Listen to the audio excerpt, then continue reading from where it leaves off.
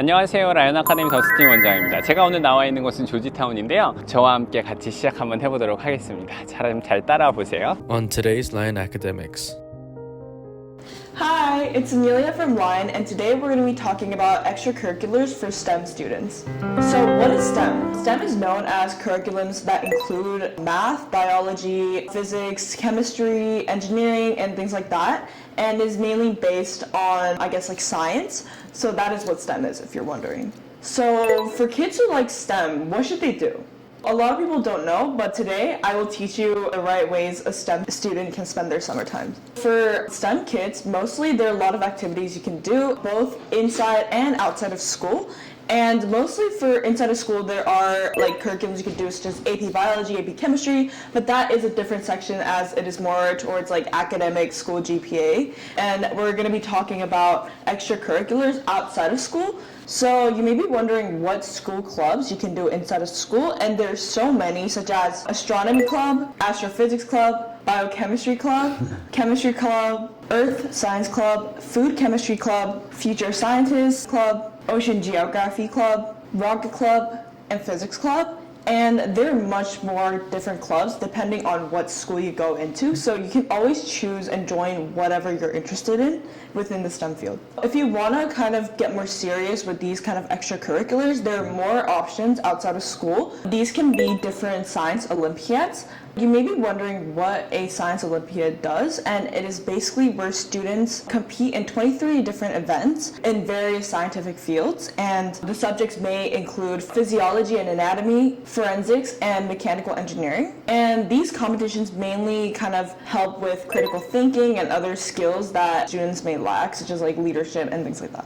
There is a chemistry Olympiad, and a chemistry Olympiad is basically a series of exams where a student passes the exam, they go on to the next round, and that's just how it keeps going until there are these finalists at the end. If you love chemistry and standardized tests, this is definitely the one for you. The last Olympiad I'm going to talk about is a physics Olympiad. This is basically a series of tests in the physics subjects, and there are mostly 2 exams that a student must complete. The top 20 finishers of the second level exam, they go on to the next level where it's a camp where they do intensive studies, and eventually they represent the United States and the International Physics Olympiad. So these are the Olympiads that I just listed that you can do outside of school, but now we can kind of go into science fairs. Science fair is kind of different than Olympia. It's more towards how to express your curiosity and creativity, and there are ones from your local school up to the Google Science Fair. No matter what level you're competing at, you can always show your demonstrated interest in a certain subject through these science fairs and just show out your creativity. So it's a little bit more free, I guess, than the science Olympiads that I listed before.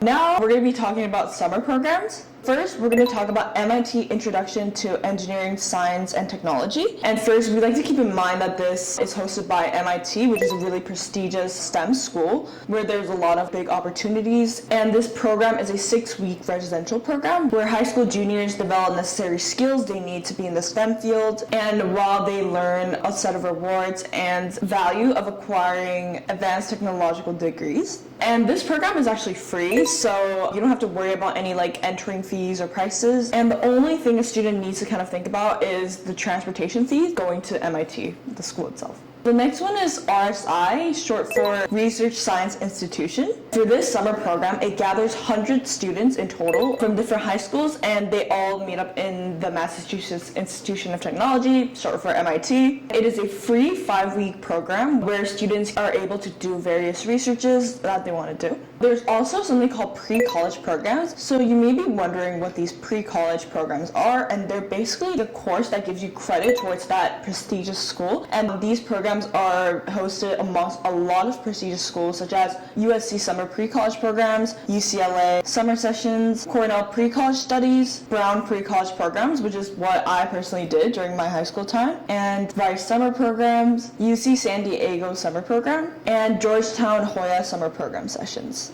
If you're a student who is really interested in a specific field in STEM, there's something called passion projects. So these projects are mostly self-driven, meaning that it's driven by your own passion and like your own creativity towards that subject, and you have to actually finish it, so you're kind of held accountable for that during the project. It is kind of recommended that you gather with peers from a club or a summer program or a course, and these different projects require a certain set of skills, such as to be able to do certain internet research and read online forums, and most importantly, talk to someone who is actually into research. And your mentor can actually be really helpful in terms of helping you manage your deadlines or finish your project. So that is one thing to keep in mind. For some examples that you can kind of consider is like code an app or a website. If you're interested in astronomy or engineering, you can make your own telescope or build a projectile or a race car. So there's so many things you can do with this. It's kind of up to you and for you to be creative about it. So yeah. Another method is teaching or mentoring. And this is where a student who's really passionate about certain subjects such as biology or chemistry, and you mentor or teach a certain like class or teach like younger students in grades below. And you could also become a classroom assistant or lead a STEM seminar like each week after school. And also like keep in mind that Olympiads and science fair exist on lower levels, meaning that you could actually coach a science Olympiad or could be a mentor at a local physics Olympiad. So there's a lot of options for that. So we've talked a lot about all the extracurricular activities you can do as a STEM major,